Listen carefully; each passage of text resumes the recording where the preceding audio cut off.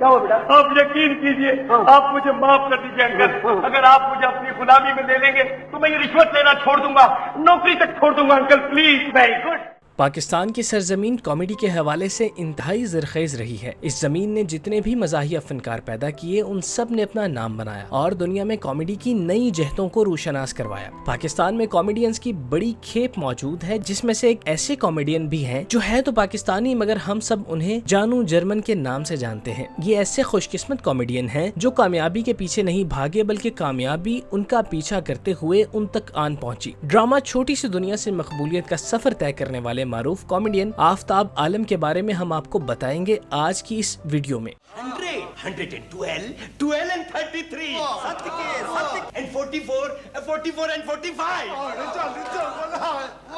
Hey, well, that why? Where? Aftab आलम 5 मार्च 1948 को सूबा सिंध के शहर हैदराबाद में पैदा हुए। बचपन हैदराबाद की गलियों में गुजारने के कुछ अरसा बाद जरिया मुआश की खातिर कराची चले आए और यहाँ 2 कमरे के मकान में रहते हुए मुस्तकबिल की तलाश शुरू कर दी। यहाँ उनकी मुलाकात मेमन जात से ताल्लुक रखने वाले नौजवान से हुई और फिर देखते ही देखते एक हल्का बन गया जहाँ रोज हंसी मजाक की महफिलें जमती और इस महफिल के रूह रवां आफ्ताब आलम होते, जो अपनी जराफत और बरजस्ता जुमलों से शुरकाए महफिल को हंसा हंसा कर लौट पौट कर देते। इसी महफिल में एक दिन मकामी प्रोड्यूसर उस्मान मेमन भी तशरीफ फरमा थे और जब उन्होंने आफ्ताब आलम के अंदर बेपनाह टैलेंट देखा तो वो बेहद मुतासिर हुए और उन्होंने फौरन से पहले उन्हें मेमनी ड्रामों में काम करने के लिए कास्ट कर लिया। सबसे पहला रोल आफ्ताब आलम को यह मिला कि वो स्टेज पर कांपते कांपते आएंगे और अपने फिक्रे बोलेंगे। जैसे ही उनकी एंट्री हुई तो वो सर से पांव तक कांप रहे थे और उन्हें कांपता देखकर हाजिरीन हंसने लगे। इस ड्रामे से आफ्ताब आलम को बेहद पजीराई मिली, जिसके बाद वो मेमनी ड्रामों की लाजमी कास्ट का हिस्सा बन गई। अपने पहले किरदार के हवाले से आफ्ताब आलम कहते हैं कि इस दौरान में स्टेज पर अदाकारी करने की बजाय हकीकत में बुरी तरह कांप रहे थे, मगर देखने वालों को लगा कि मैं अदाकारी कर रहा हूँ, लिहाजा उन्होंने इस मौके पर भी तालियां बजाना शुरू कर दी और जब मेरे कानों ने तालियां सुनी तो मेरे अंदर का अदाकार जाग उठा और फिर मैंने वही अदाकारी की जो करने की सलाहियत मेरे अंदर पोशीदा थी। अंकल, अगर इन्होंने मेरे साथ शादी कर ली तो मैं इनके लिए आसमान से तारे तोड़ के लाऊंगा, बल्कि आसमान से सूरज जमीन पर लाकर समंदर में ठंडा कर दूंगा और मैं तुम्हें यहीं खड़े खड़े गंदा कर दूंगा। लंबी लंबी छोड़ भाई, यही बातें करके तो आज तक इनकी अम्मा से शर्मिंदा।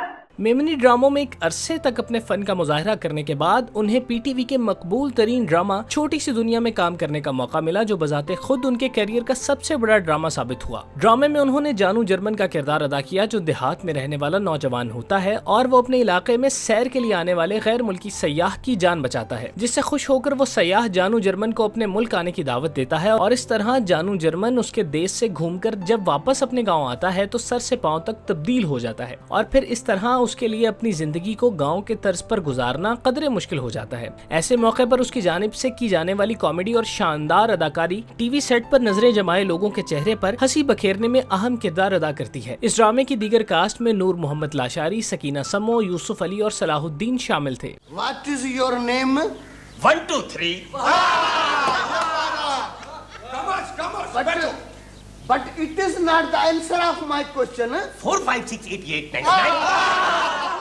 इस ड्रामे ने आफ्ताब आलम को देखते ही देखते मकबूलियत की बुलंदियों पर पहुंचा दिया और उनके असल नाम को गुम करके उन्हें पाकिस्तान भर में जानू जर्मन के नाम से मशहूर कर दिया। उनकी शोहरत का ये आलम था कि ड्रामा करने के बाद वो कई हफ्तों तक घर से बाहर नहीं निकल सकते थे, क्योंकि उनके चाहने वाले इतनी बड़ी तादाद में बन गए थे कि उन्हें बाहर देखकर उनकी जानिब चढ़ दौड़ते थे और उनके ऑटोग्राफ लेने की कोशिश करते थे। इस तरह का स्टारडम बिलाशुबा किस्मत वालों को मिलता है और आफ्ताब आलम का शुमार भी किस्मत वालों में ही था कि उन्हें देखते ही देखते वो शोहरत मिल गई जिसके बारे में उन्होंने सोचना तो दरकिनार ख्याल भी नहीं किया था। आफ्ताब आलम को अपने हुनर की बदौलत उस वक्त के मारूफ अदाकार उमर शरीफ, रऊफ लाला और मोइन अख्तर के साथ परफॉर्म करने का मौका मिला। आफ्ताब आलम ने टीवी के साथ साथ थिएटर पर भी शानदार परफॉर्मेंसेस दी और अपने फन का लोहा मनवाया। उनके करियर की बेस्ट परफॉर्मेंस मारूफ स्टेज प्ले बकरा किस्तों में था, जिसमें उन्होंने उमर शरीफ के मुकाबिल पुलिस वाले का शानदार किरदार अदा किया। इस प्ले के डायरेक्टर और राइटर उमर शरीफ थे और उनके लिखे हुए बरजस्ता और मजाह से भरपूर जुमले आफ्ताब आलम ने इस अंदाज में पेश किए कि सुनने वालों ने हंसते हंसते अपने पेट पकड़ लिए। इस परफॉर्मेंस से आफ्ताब आलम अपने हमअसर फनकारों की फहरिस्त में जगह बनाने पर कामयाब हुए।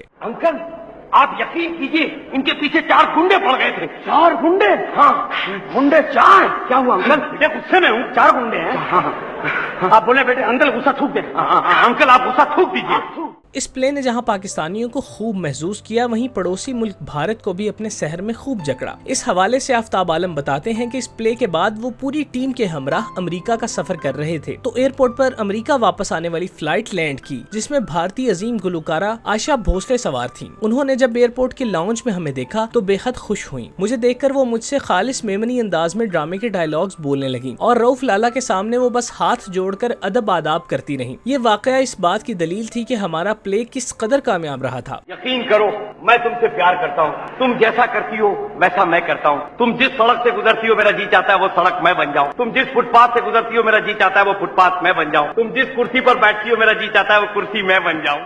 आफ्ताब आलम ने इसके अलावा भी कई दीगर टीवी ड्रामों में काम किया और अभी भी कर रहे हैं। उनके कई सीरियल्स मुख्तलिफ टीवी चैनल्स पर नशर हो रहे हैं। आफ्ताब आलम ने अपने फन का मुजाहरा पाकिस्तान के अलावा दीगर ममालिक में भी किया और खूब दाद समेटी। वो ऐसे फनकार हैं जो लोगों को बिना बोर किए कई घंटों तक हंसा सकते हैं। उनका मखसूस मेमनी अंदाज उन पर खूब जचता है और उनकी मामूली सी बात को भी हंसने के काबिल बना देता है। वो सिचुएशन के एतबार से किसी भी तरह की आवाज इख्तियार करके उसके मुताबिक बोलते हैं और यूं महसूस होता है कि जैसे आफ्ताब आलम अपनी असल आवाज में बोल रहे हैं। आफ्ताब आलम ने अपने हुनर की बुनियाद पर छोटे बड़े बेशुमार अवार्ड समेटे हैं। उनके घर की शेल्फ पर मौजूद लातादाद अवार्ड्स उनकी फनी सलाहियतों का मुंह बोलता सबूत है। अलावा अज़ीं उन्हें हुकूमत पाकिस्तान की जानिब से फन की लाजवाल खिदमत पर तमगा बराए हुस्ने कारकर्दगी से भी नवाजा गया। आफ्ताब आलम की जाती जिंदगी पर रोशनी डालें तो आफ्ताब आलम खुशगवार इज़्दवाजी जिंदगी बसर कर रहे हैं। अल्लाह पाक ने उन्हें 5 बेटियों और 2 बेटों से नवाज रखा है, जिसमें से एक इलेक्ट्रिकल इंजीनियर है जबकि दूसरा बेटा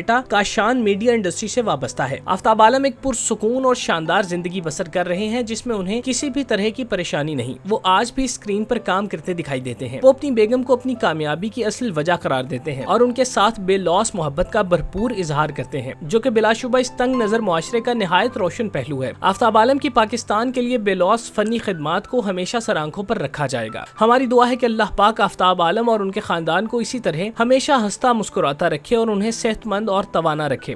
आमीन। बाबा कमाल करता है तू भी। एक बकरा नहीं है, मेरा बकरा है, एक मोहल्ले का है। बस तू वक्त पे आ जाना। वर्षा बरस से मुझे जानता है, कभी मैंने तेरे पैसे रखे, बस तू जैसे ही आएगा मैं तेरे हाथ में पहले पैसे दूंगा, तू फिर बकरा ज़िबा करना। हाँ बस।